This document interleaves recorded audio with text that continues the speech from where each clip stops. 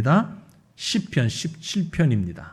시편 17편 오늘 1절부터 마지막 절까지 말씀을 우리 함께 보겠습니다.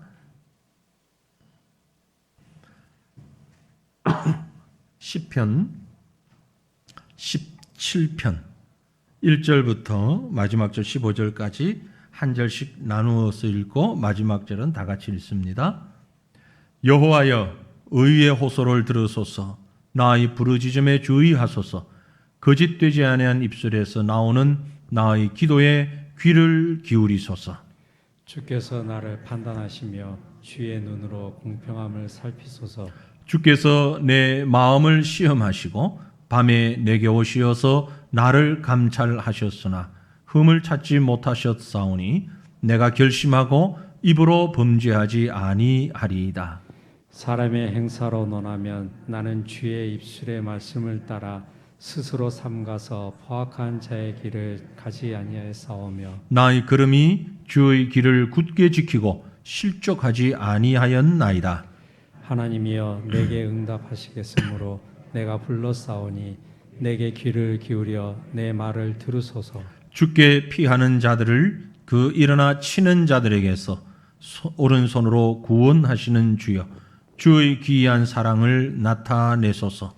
나를 눈동자같이 지키시고 주의 날개 그늘 아래에 감추사 내 앞에서 나를 압제하는 악인들과 나의 목숨을 노리는 원수들에게서 벗어나게 하소서. 그들의 마음은 기름에 잠겼으며 그들의 입은 교만하게 말하나이다. 이제 우리가 걸어가는 것을 그들이 애워싸서 노려보고 땅에 넘어뜨리려 하나이다. 그는 그 움킨 것을 찢으려 하는 사자 같으며 은밀한 곳에 엎드린 젊은 사자 같으니이다. 여호와여 일어나 그를 대항하여 넘어뜨리시고 주의 칼로 악인에게서 나의 영혼을 구원하소서. 여호와여 이 세상에 살아있는 동안 그들의 분깃을 받은 사람들에게서 주의 손으로 나를 구하소서. 그들은 주의 제물로 배를 채우고 자녀로 만족하고 그들의 남은 산업을 그들의 어린아이들에게 물려주는 자니이다. 나는 의로운 중에 주의 얼굴을 배우리니 깰 때에 주의 형상으로 만족하리이다. 아멘. 네. 벌써 17편에 왔습니다. 10편. 17편은 이제 그 표제로 붙어 있는 말이 다윗의 기도 그렇게 되어 있습니다. 대부분의 시편이 150편 가운데 대부분이 사실은 찬양과 기도입니다.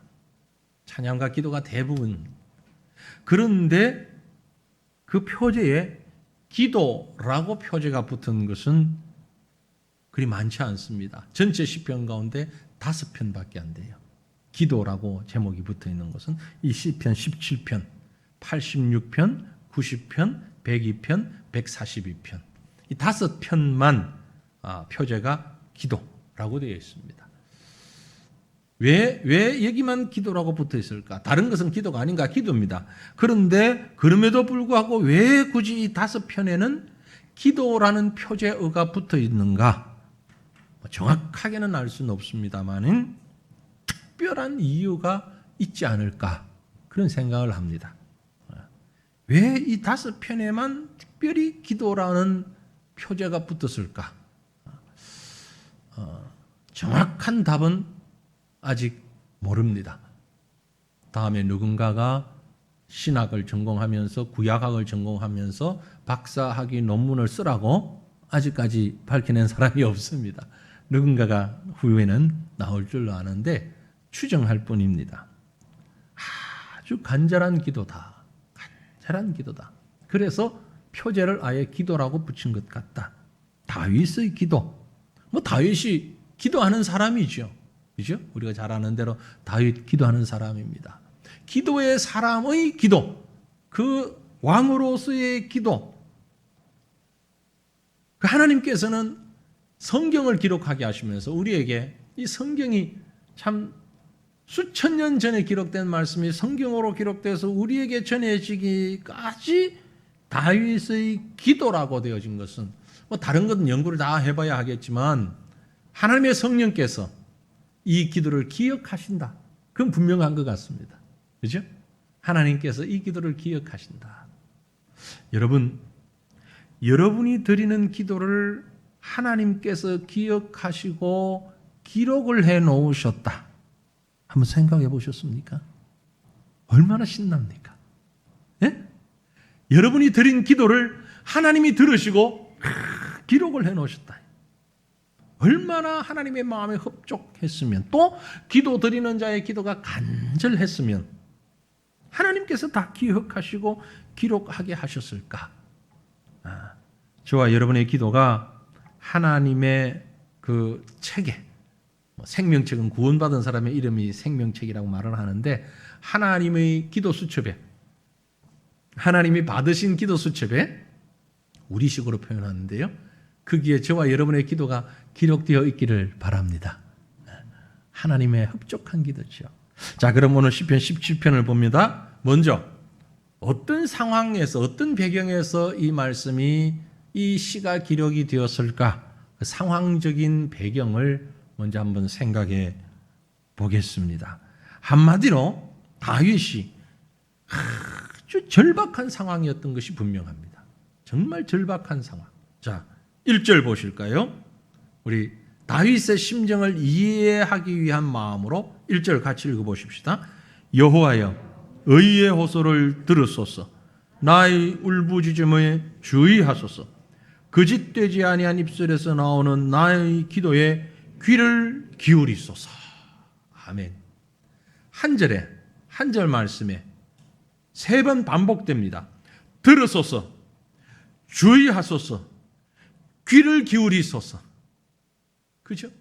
같은 말이잖아요, 사실. 들어주십시오라는 얘기인데, 여호와여, 나의 드리는 의의 호소를 들어주소서.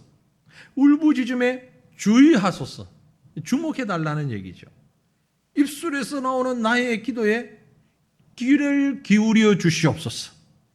3번씩이나 반복되는 청구하는 동사죠. 그죠? 청구하는 말.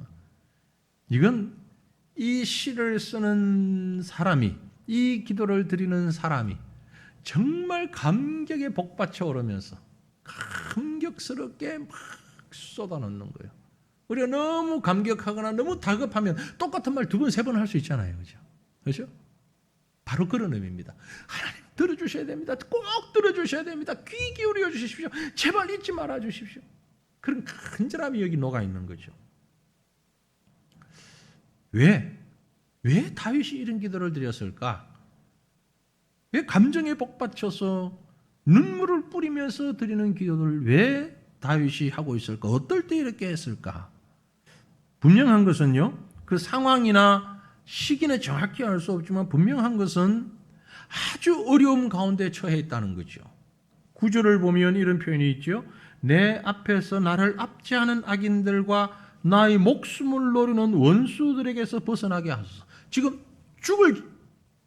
이러다는 죽겠구나 라는 상황에 이르렀다는 얘기죠. 그죠? 원수들이, 악인들이 내 목숨을 노리고 나를 지금 아주 애워싸고 있는 겁니다. 11절에 보세요. 이제 우리가 걸어가는 것을 그들이 애워싸서 노려보고 땅에 넘어뜨리려 하나이다. 지금 아주 눈에 도끼를 품고 다윗을 넘어뜨리려고 하고 있어요. 12절에 그는 그 움킨 것을 찢으려 하는 사자 같으며. 그러니까 지금 내가 사자밥처럼. 그런데 이 말씀들을 볼 때에 다윗은 지금 너무너무 절박한 상황이에요. 생명의 위협을 느끼는 아찔한 상황. 여러분 그런 상황에 처해 보셨나요? 어떤 분들은 또 사고나 이런 경험이 있을 수도 있고요. 여러 가지 경험이 있을 수 있는데 저도 그런 경험이 있습니다. 아찔한, 이제 죽는구나. 이러다가 죽는구나. 그런 경험 있죠. 네. 자, 그때가 되면 하나님 앞에 기도하며 간구할 때에 정말 다른 생각 하나도 안 나죠. 하나님만 봐. 하나님 어떡합니까? 하나님 어떡합니까? 다른 기도도 하나님 어떡합니까? 지혜를 주시옵소서. 지혜를 주십시오. 하나님께서 붙잡아 주십시오. 다른 어떻게 얘기할 틈이 없어요. 틈이. 네. 저는 이제 무슬림들 사이에 모슬림들 한 200명 무슬림들 온 동네 사람 사이 그게 가운데 다 앉아가지고 하나님 어떡합니까? 지금 날 죽이려고 그러는데 이 사람들이 그 순간을 그 장면을 잊을 수가 없어요. 그래도 제 동지가 하나 있었죠. 합동 측에서 파송된 목사님, 선교사님하고 합동하고 합신하고 둘이서 잘 죽어가자. 뭐 이런 마음으로 둘이서 이제 우리 죽었구나. 죽었다. 모슬림들 한 200명 사이에 둘러싸여가지고 참 그럼 순교죠, 순교. 근데 얼마나 그 순간이 아찔한지. 얼마 전에도 제가 그 선교사하고 통화를 했거든요. 아직 방글라데시에 있습니다. 다른 일로 통화를 했는데 다른 사람들하고 얘기하는 거 좀 감정이 다르더라. 다윗은 지금 뭐 그 정도보다 더 훨씬 더 극박한 상황에서 죽었구나. 어떤 상황일까요? 그래서 정확히는 알 수 없습니다. 다윗한테 가서 물어봐야 돼요. 다윗에게 물어봐야 돼요. 뭐 아무리 연구를 해도요, 이건 정확하게는 몰라요. 다윗 말곤. 그러나 지금까지 학자들이 연구해 놓은 걸 보니까 대략 그 초점이 이렇게 모아집니다. 다윗이 사울에게 막 쫓기고 있을 때에 지금 포위를 당합니다. 그일라 성으로 피하였을 때, 그일라라고 하는 그곳에 다윗을 받아주는 줄 알았어요. 그 사람들이. 그런데 그일라 성에 가서 정착을 하고 좀 숨으려고 하는데 이 성 사람들이 다윗을 배척을 해요. 그래서 다윗이 어디로 쫓겨가냐면은 십광야, 황무지로 쫓겨갑니다. 십광야. 그곳에 쫓겨가서 무슨 일이 있냐면 여러분 그 다음에 얘기는 아실 거예요. 친구 요나단을 만나요. 숲을 속에서. 요나단이 사울의 아들이잖아요. 근데 아버지 몰래 요나단이 다윗과 만나서 그때 다윗과 요나단의 마지막 미팅이에요. 만남이에요. 친구로서의 참 애절한 그런 만남을 하고 요나단이 떠난 다음에 다윗이 이 십광야에 쫓겨갔다가 거기에 있는 사람들이 사울에게 밀고를 합니다. 다윗이 여기 있어 잡아가시오. 그래서 다윗이 또 도망을 가는데 마온이라는 곳으로 도망을 가요. 사울 일행이 막 다윗을 쫓아가다가 끽 급브레이크를 밟습니다. 왜냐하면 마온이라는 곳이 블레셋 땅이란 말이에요. 도망가는 사람이 막 정신없이 도망가다가 국경선 넘어가 버린 거예요. 그런데 이제 추격하던 사울이 막 가다가 브레이크를 밟을 수밖에 없는 게 거기 들어가면 블레셋하고 전쟁이 나잖아요. 이렇게 해서 구사일생으로 다윗이 생명을 건진 적이 있습니다.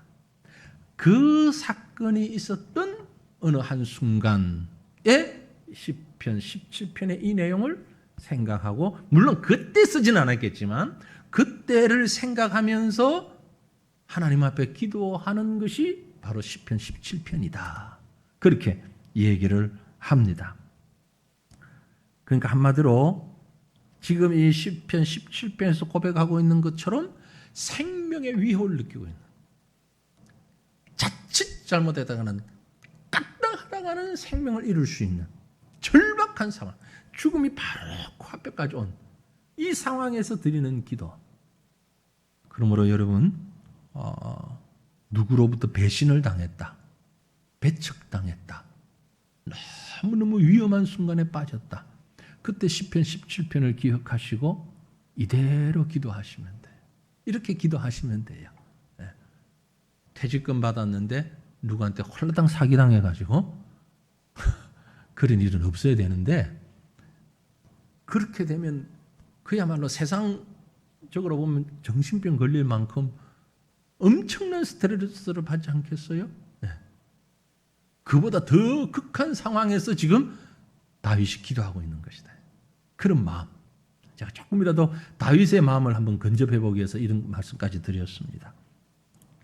그럼 그때 다윗이 어떤 기도를 하느냐? 자, 이제 다윗의 자기 고백, 기도자의 자기 고백을 한번 봅니다. 이제 내용이 17편의 내용이 쭉 여기에 다 있는데 조금 정리를 이렇게 좀 해봅니다. 판결을 요청하는 다윗이라고 말씀했는데 어떤 분은 이 부분을 다윗이 하나님 앞에 써낸 고소장이다 그렇게 표현을 했더라고요. 저는 그 고소장이라는 표현이 조금 마음에 들지 않아요. 별로. 기도를 고소장이라고 물론 의도는 알겠는데 그래서 고소장이라는 표현을 제가 쓰지는 않았습니다만 판결을 요청한다. 하나님 이 하나님 아시잖아요. 하나님 판단해 주십시오. 그런 마음으로 기도하고 있는 겁니다. 한마디로 정리하면 시편 17편에 기도하는 다윗의 마음은 나는 무고합니다. 나는 무고합니다.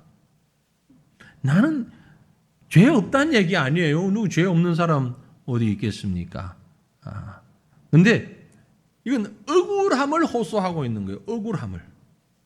나는 죄 없습니다라는 것하고 나한테 그런 잘못이 없습니다라는 것은 틀리죠. 우리가 기본적으로 죄인이라는 거 다 인정하잖아요. 그래서 다윗이 뭐 분에 넘치게 교만하게 나 죄인 아닙니다. 이런 말이 아닙니다. 욥도 마찬가지고. 욥이 나는 무죄합니다. 그래서 나 아주 뭐 깨끗하고 난 가만히 있어도 예수님 십자가가 필요 없는 사람입니다. 그 뜻 아니고 우리가 근본적으로는 죄인인데 이런 일을 당할 만큼 이런 대우를 받을 만큼 이런 상황에 빠질 만큼 잘못한 것은 없습니다. 그런 의미로 나는 무고합니다 라는 얘기를 하고 있는 거죠. 그래서 본문 2절에 보면 자신 있게 말합니다. 주께서 나를 판단하시며 주의 눈으로 공평함을 살피소서. 나 죄 없어요 그 뜻 아니라고요. 물론 죄인이지만 영적으로는 죄인이지만 하나님 내가 이만한 상황까지 될 일인지 아닌지 판단해 주십시오. 그래서 고소장에 고소라는 표현까지 되죠. 주님의 눈으로 공평하게 살펴주십시오. 나 잘못 없어요. 나 잘못 없어요. 그런 얘기. 1절에 그 말 했잖아요. 나의 울부짖음에 주의하소서. 거짓되지 아니한 입술에서 나오는 나의 기도를. 해석 잘못하면 다윗이 자기 입으로는 절대 거짓말 안 하는 사람으로 표현했다. 그 뜻이 아니란 말이죠. 죄인이지만 이 정도의 상황에 빠질 만큼 그건 내가 너무 억울합니다. 욥과 비슷한 심정이에요. 나 너무 억울합니다. 나는 무고합니다. 그래서 자기의 호소를 의의 호소라고 얘기하고 있는 거죠. 이어지는 3절 봅니다. 3절 같이 이걸 보죠. 주께서 내 마음을 시험하시고 밤에 내게 오시어서 나를 감찰하셨으나 흠을 찾지 못하셨사오니 내가 결심하고 입으로 범죄하지 아니하리이다. 아멘. 온갖 수색 다 당했는데 낮에뿐만이 아니고 밤에 요즘 뭐 검찰이 뭐 영장 가지고 압수수색 그렇죠? 우리 TV로 가끔 보잖아요. 뭐 이런 파란 통 들고 막 들어가서 막 있는 거 없는 거 다 담아가지고 나와가지고 이런 압수수색이라 그러잖아요. 그런데 하나님이 나를 압수수색 해보십시오. 뭐 낮에 아니 밤에 자는데 들어와가지고 문 탁 열고 들어와가지고 압수수색을 한다 할지라도 내가 거기에 뭐 심각한 문제가 될 만한 잘못을 범하지 않았습니다. 자기의 무고를 지금 주장하고 있는 거예요. C.S. 루이스라고 하는 아주 유명한 학자가 있는데요. 그분의 책에 보면 이 부분을 이렇게 얘기를 했습니다. 내가 옳다라는 확신과 나는 의로운 사람이다라는 확신은 구분해야 된다. 다윗은 지금 자신이 죄 없는 의인이라고 말하는 것이 아니라 지금 사람들이 자기를 반역죄인으로 보고 있는 그 점에서 자신은 잘못이 없다, 자신은 옳다고 말하는 것이다. 그렇게 표현했어요. 아주 정확한 해석을 했기 때문에 제가 그대로 인용을 했습니다. 나는 의로운 사람이다, 나는 죄 없는 사람이다 라는 말이 아니라 의인이라고 말하는 것이 아니고 사람들이 나를 반역죄인이라고 보는데 그런 면에 있어서는 나는 잘못이 없다. 이런 표현이다라는 거죠. 다시 말해서 한 사람의 인격에 대한 말이 아니고 이 사람의 본성이 어떠냐, 내 인격이 어떠냐를 말하는 게 아니고 특정 사안이나 특정한 상황에 대해서 내가 그렇게 잘못한 것이 아니다라고 말하는 것이다. 이것을 다윗의 무고라고 얘기하는 겁니다. 그래서 3절에 우리가 금방 본 말씀에 있는 것처럼요. 시험, 감찰, 뭐 이런 표현들이 나오죠. 이 시험, 감찰, 이건 금속을 테스트하기 위해서 이 쇠를 녹이는 불에 집어넣어서 물처럼 만들잖아요, 쇠를. 우리 잘 몰라도 금을 이제 재련하는 사람들이 18금이니 18K니 24K니 하는 게 뭡니까? 24K가 금에 불순물이 하나도 없다는 얘기잖아요. 그죠? 전혀 없진 않겠지만 그러기 위해서는 불에다가 금을 녹여가지고 하잖아요. 정화를 시키잖아요. 그렇게 하는 것을 감찰, 시험이라는 말입니다.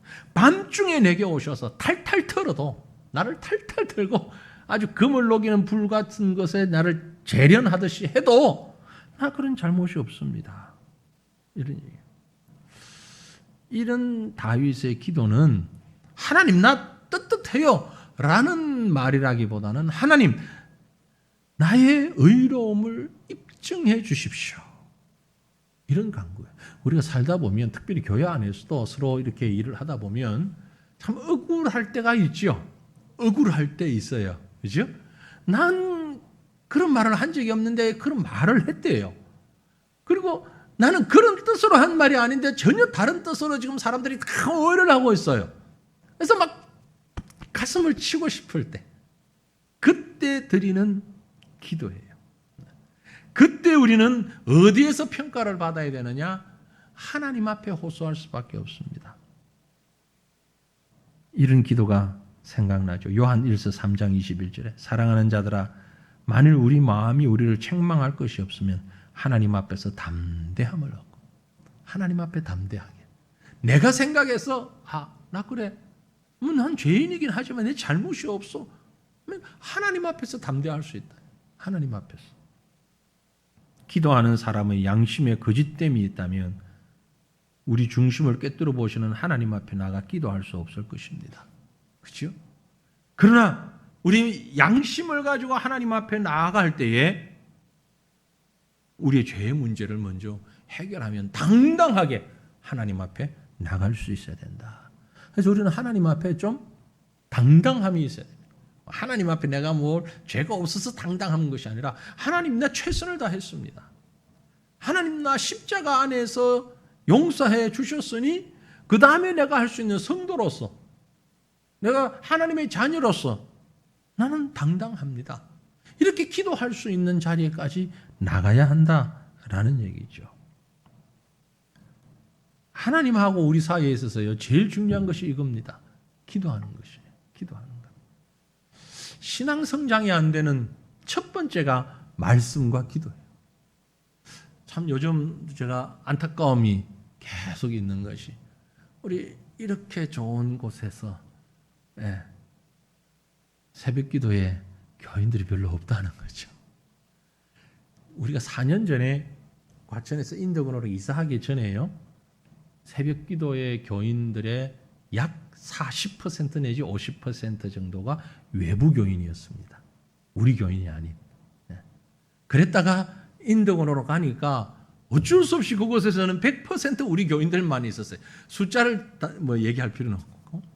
이리로 와서 지금 한 4개월 됩니까? 7, 8, 9, 14개월 지났는데요. 지금 현재 우리 새벽 기도 이렇게 비율을 보면 매일 조금씩 다르긴 하지만 거의 한 40%는 외부 교인이에요. 이미 벌써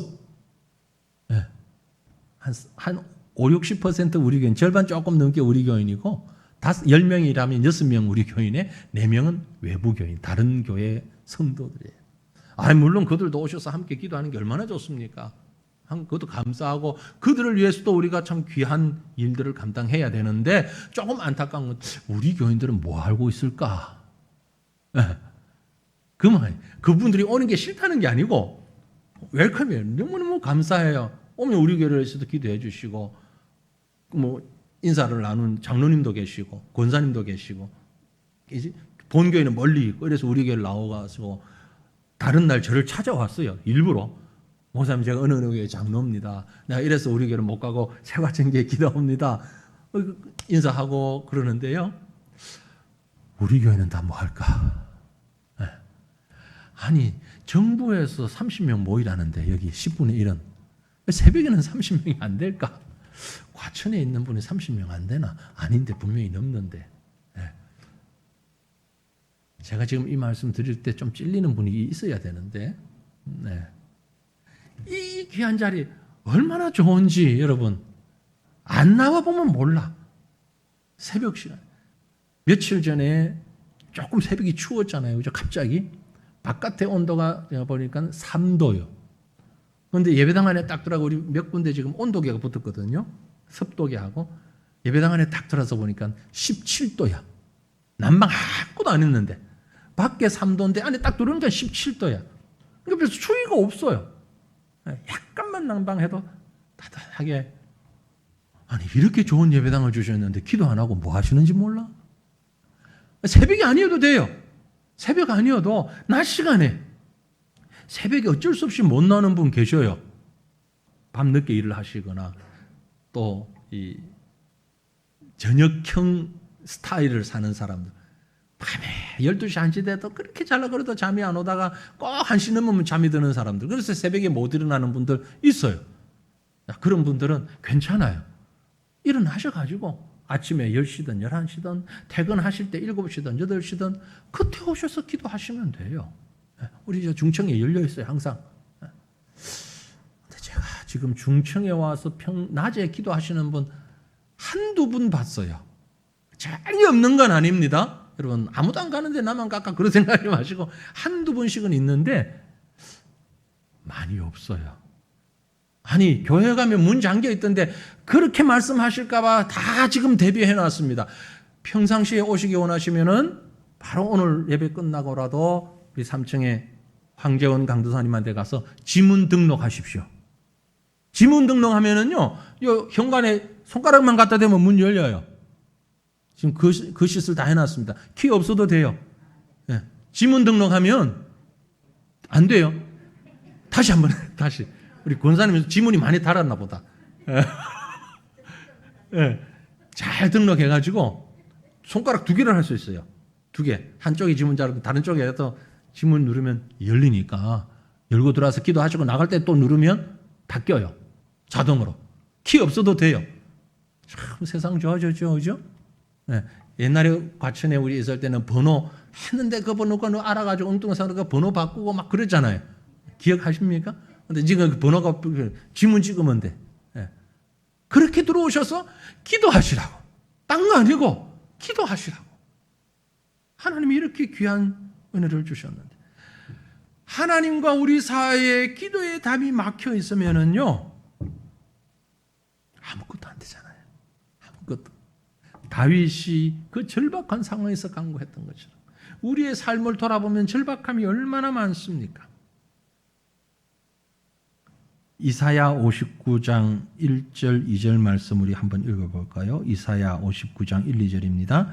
여호와의 손이 짧아 구원하지 못하심도 아니요 귀가 둔하여 듣지 못하심도 아니라 오직 너희 죄악이 너희와 너희 하나님 사이를 갈라놓았고 너희 죄가 그의 얼굴을 가리워서 너희에게서 듣지 않으시게 함이니라. 아멘. 하나님과 우리 사이에 막혀진 게 뭐라고요? 죄라고요. 그것 때문에 기도 못한다고요. 그죠? 이 문제 해결하고 하나님과 얼굴 트시길 바랍니다. 신앙생활 하면서도 하나님과 얼굴을 트지 못하고 사는 사람들이 계신데 하나님하고 얼굴 트세요. 말도 트세요. 귀도 트시고 가슴 트시고 하나님과 교통하세요. 본문 4절 5절 봅니다. 사람의 행사로 논하면 나는 주의 입술의 말씀을 따라 스스로 삼가서 포악한 자의 길을 가지 아니하였사오며 나의 걸음이 주의 길을 굳게 지키고 실족하지 아니하였나이다. 여기서 우리는요 참으로 하나님의 은혜를 받은 사람, 그래서 하나님께 나아가 기도할 줄 아는 사람은 죄를 미워한다는 것을 보게 됩니다.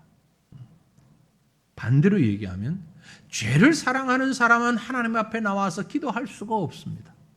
나와지지가 않아요. 왜? 내가 더 사랑하는 것이 하나님 앞에 가는 걸 가로막고 있기 때문에. 우리가 하나님 앞에 나오냐 안 나오냐는 내가 뭘 더 사랑하느냐에 걸려 있는 거예요. 죄를 사랑하는 자는 하나님 앞에 나올 수가 없어요. 하나님을 사랑하는 자는 죄를 미워할 수밖에 없어요. 기도할 줄 아는 사람은 죄를 미워하는 사람입니다. 다윗은 여기 두 개의 잘못된 길을 표현하고 있죠. 포악한 자의 길, 주의 길. 포악한 자의 길과 주의 길이 있습니다. 마치 시편 1편에 복 있는 사람과 악인 나누어 놨던 것처럼 여러분은 포악한 자의 길을 가기를 원합니까? 아니면 주의 길을 가기를 원합니까? 어떤 사람이 어떻게 해야 포악한 자의 길을 가지 않고 주의 길을 갈 수 있는가? 주의 입술의 말씀을 따라 스스로 삼가서라고 표현했습니다. 오직 주의 입술의 말씀을 따라 아침 시간에도 말씀드린 것처럼 하나님의 말씀이 기준이 되어 말씀이 기준이 되면 내가 하나님을 가까이 기도하는 자리에 나갈 수 있는 것입니다. 계속해서 본문을 보면 이제 이 자기 고백에 이어서 응답을 구하는 기도를 합니다. 응답을 구하는 기도인데요. 그 몇 가지 주제가 있어요. 어떤 응답을 구하느냐? 먼저 보호해달라는 간구를 합니다. 하나님, 나를 보호해 주옵소서. 6절 7절입니다. 같이 읽어볼까요? 하나님이여 내게 응답하시겠으므로 내가 불러싸우니 내게 귀를 기울여 내 말을 들으소서. 주께 피하는 자들을 그 일어나 치는 자들에게서 오른손으로 구원하시는 주여 주의 귀한 사랑을 나타내소서. 내게 응답하시겠으므로 내가 불렀습니다. 주께 피하는 자들을 나를 치는 자들에게서 하나님의 오른손으로 나를 보호해 주시옵소서 그 말입니다. 오른손으로 구원하시는 주여 주님의 사랑으로 나를 지켜주시옵소서 나를 보호해 주시옵소서. 다윗이 지금 아주 위험한 절박한 상황에서 하나님의 오른손이 아니면 안 됩니다. 지켜주시옵소서. 그런데 이 표현을 보면 아주 흥미로운 게요. 출애굽 사건을 기억하면서 이 표현을 한 것 같은 느낌이 듭니다. 다윗이 그 다윗에게는 조상이잖아요, 그렇죠? 훨씬 수백 년 전 조상이죠. 모세의 때에 출애굽했던 그 역사를 기억하면서 하나님의 오른손으로 하나님의 사랑과 하나님의 인자하심으로 그것은 이 출애굽시의 어떤 그런 표현들을 지금 하고 있는 거예요. 주님의 사랑으로 나를 지켜주시옵소서. 나를 보호하여 주시옵소서. 어떻게? 이어지는 8절 9절에 보면 나를 눈동자같이 지키시고 주의 날개 그늘 아래에 감추사 내 앞에서 나를 앞지 않은 악인들과 나의 목숨을 노리는 원수들에게서 벗어나게 하소서. 우리가 기도할 때 주로 많이 사용하는 표현 중에 하나죠. 눈동자같이 우리를 지키시는 주님. 정말 눈동자같이 우리를 어떻게 지키시는지 여러분 눈동자를 가만히 한번 생각해 보시면 그렇죠? 재채기 할 때 눈이 꼭 감죠. 감으려고 신경 안 써도 재채기 할 때 눈을 감아요. 먼지가 들으면 나도 모르게 눈을 찌그리면서 눈물을 짜내서 그 먼지를 씻어내죠. 그죠? 우리 몸에서부터 이건 내가 따로 뭘 입력 안 해도 자동적으로 되는 겁니다. 아주 눈부신 데가 가면 인상을 찌그려서라도 눈을 감죠. 눈동자를 그렇게 보호하는 거예요. 그런데요, 이 눈동자는 우리 몸에서 정말 중요하잖아요. 눈이 큰 사람도 있고 작은 사람도 있는데 의학적으로는 그렇다네요. 잘은 모르지만 눈이 크거나 작지가 않답니다. 사람의 눈은 거의 크기가 비슷하대요. 혹시 안과 의사가 있으시면 잘못되면 저한테 일러주십시오. 제가 본 그 책에서는 그렇더라고요. 이 눈 크기는 다 똑같은데 열려있는 출입구가 좀 큰 사람, 적은 사람이 있다는 거지. 옳고 저 사람 눈이 크네. 사실은 눈이 큰 게 아니고 출입구가 많이 열려있고 저 같은 사람은 출입구가 좀 적게 열려있는 거야. 안에 실제 크기는 똑같아. 볼 건 다 보는 거예요. 눈 적다고 괄세하지 마세요. 근데 여기에 눈동자같이 지키시고라는 이 말을 히브리어를 가지고 언어적으로 분석을 해보니까 이런 의미가 있다는 거예요. 복잡하게 학문적으로 얘기하면 어렵고 쉽게 얘기하죠. 제가 좋아하는 영화 가운데 하나가 007 시리즈. 아십니까? 007 영화 첫 장면에 보면 전통적인 장면이 있죠. 둥근 원에 쭉 지어다 짱 하면서 그 음악이 나오면서 탁 주인공이 이렇게 서서 총 겨누고 하는, 그게 눈동자를 얘기하는 거예요. 눈동자. 그죠? 무슨 영화나 뭐 이런 그림이나 이런 걸 보면 눈동자에 사람의 모습이 딱 거울처럼 비치는 게 있죠. 이 히브리적 표현으로 눈동자같이 지키시며라는 말의 뜻은요, 한 사람의 눈동자 안에 한 사람의 전신이 다 비치는 것처럼 그런 의미라는 거죠. 한눈에 다 들어온다는 얘기예요.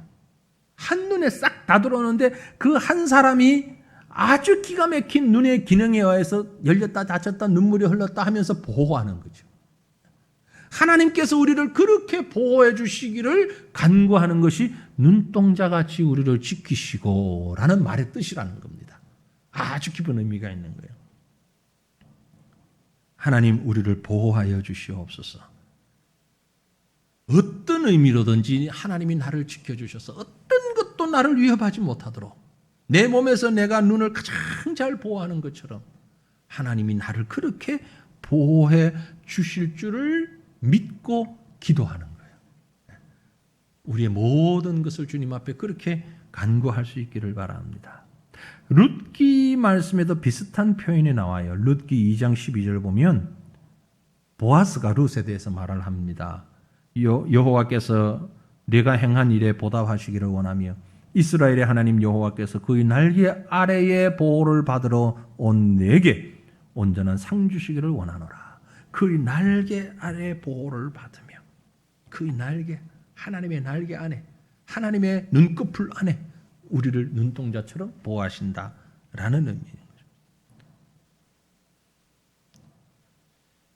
그가 보호하심을 간구하는 이유는 저 9절 말씀 보시면 내 앞에서 나를 압제하는 악인들과 나의 목숨을 노리는 원수들에게서 벗어나게 하옵소서. 또 한 가지 간구는 악한 자들로부터 지켜주소서라는 간구입니다. 나를 보호하소서. 그리고 악한 자들로부터 지켜주시옵소서. 아무런 이유 없이 다윗을 공격하는 사람들이 많았고 목숨을 노리는 원수들이 있었습니다. 그래서 이어지는 본문 10절 12절 10절로 12절 그들의 마음은 기름에 잠겼으며 그들의 입은 교만하게 말하나이다. 이제 우리가 걸어가는 것을 그들이 애워싸서 노려보고 땅에 엎드려 떨이려 하나이다. 그는 그 움킨 것을 찢으려 하는 사자 같으며 은밀한 곳에 엎드린 젊은 사자 같으니이다. 네, 악한 자들이요 사자로 표현을 했어요. 사자로. 그들이 마음은 기름에 잠겼다. 마음은 기름에 잠겼다. 기름진 마음을 닫았다. 시편 119편 70절에 그들의 마음은 살쪄서 기름덩이 같으나 나는 주의 법을 즐거워하나이다.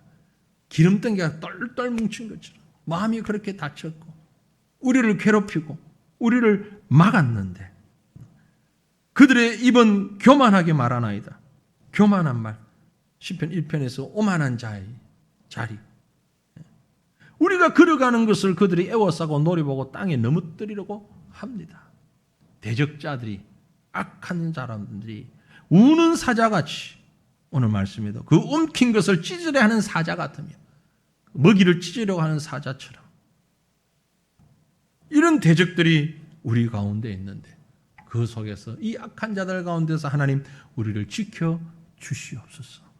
오늘날 교회가, 오늘날 성도들이, 오늘날 바른 믿음을 가진 하나님의 사람들이 이런 악한 자들 사이에 묻혀 있어. 우리가 늘 기도해야 하는 것이 바로 이것입니다. 그래서 다른 순화적인 표현으로 교회의 순결을 위해서, 신앙의 순결을 위하여, 그게 바로 악한 자들로부터 우리를 지켜달라는 거죠. 시간상 넘어갑니다. 또 하나 간구는 심판을 구하는 거예요. 심판을. 13절로 14절 같이 한번 읽어봅니다.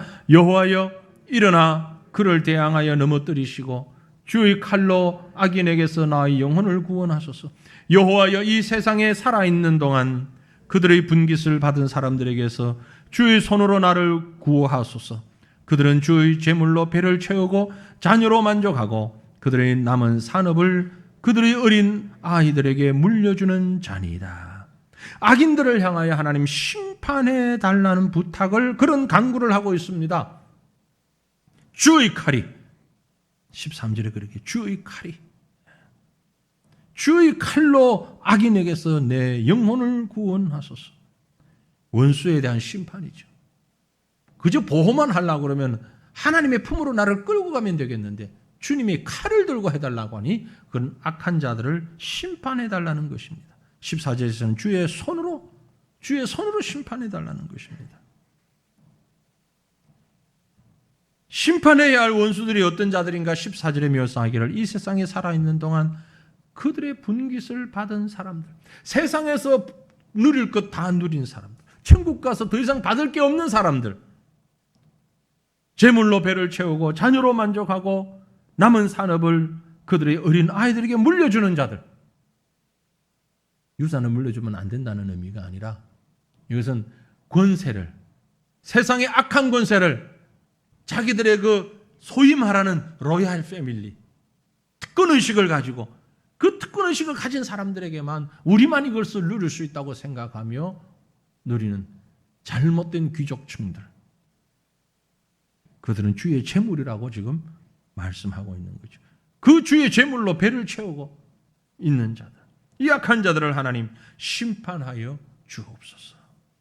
하나님의 정의가, 하나님의 공의가 이 땅을 심판하기를 간구하고 있는데, 다윗은 자신을 위협하는 그 악한 무리들의 잘못된 그 모습들을 하나님 심판하여 주옵소서라고 기도하는 겁니다. 이제 마지막 결론의 말씀을 드립니다. 이렇게 다윗이 기도할 수 있었던 것은, 호소할 수 있었던 것은 바로 마지막 15절에 있습니다. 기도를 경험한 사람이기 때문입니다. 15절에 뭐라고 했어요? 나는 의로운 중에 주의 얼굴을 배우리니 깰 때에 주의 형상으로 만족하리이다. 깰 때라는 말은 3절에 밤에 내게 오셔서 나를 감찰해달라고 얘기했잖아요. 여기서 깰 때라는 것은 바로 그 밤이 지난 때. 그런데 누트는, 이걸 말틴 누트는 어떻게 해석을 했는가 하는, 이 깰 때라고 하는 것이 부활로 해석했습니다. 부활. 주님 부활하실 때에, 그때의 그 은혜를, 그 소망을 내가 믿고 아는 자이기 때문에 이렇게 간구합니다. 알고 기도하는 거예요.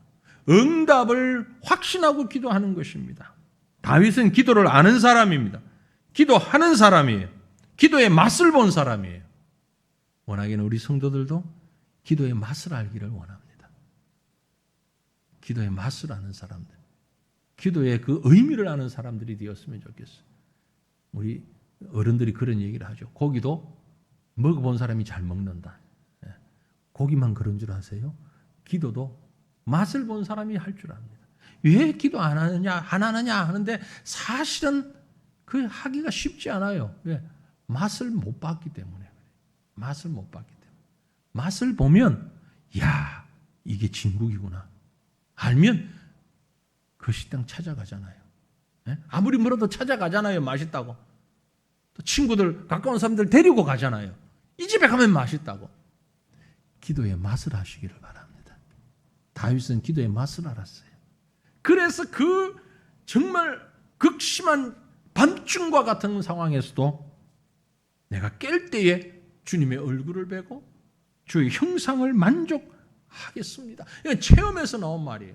기도의 열매가 무엇인지, 결과가 무엇인지를 아는 사람이기 때문에.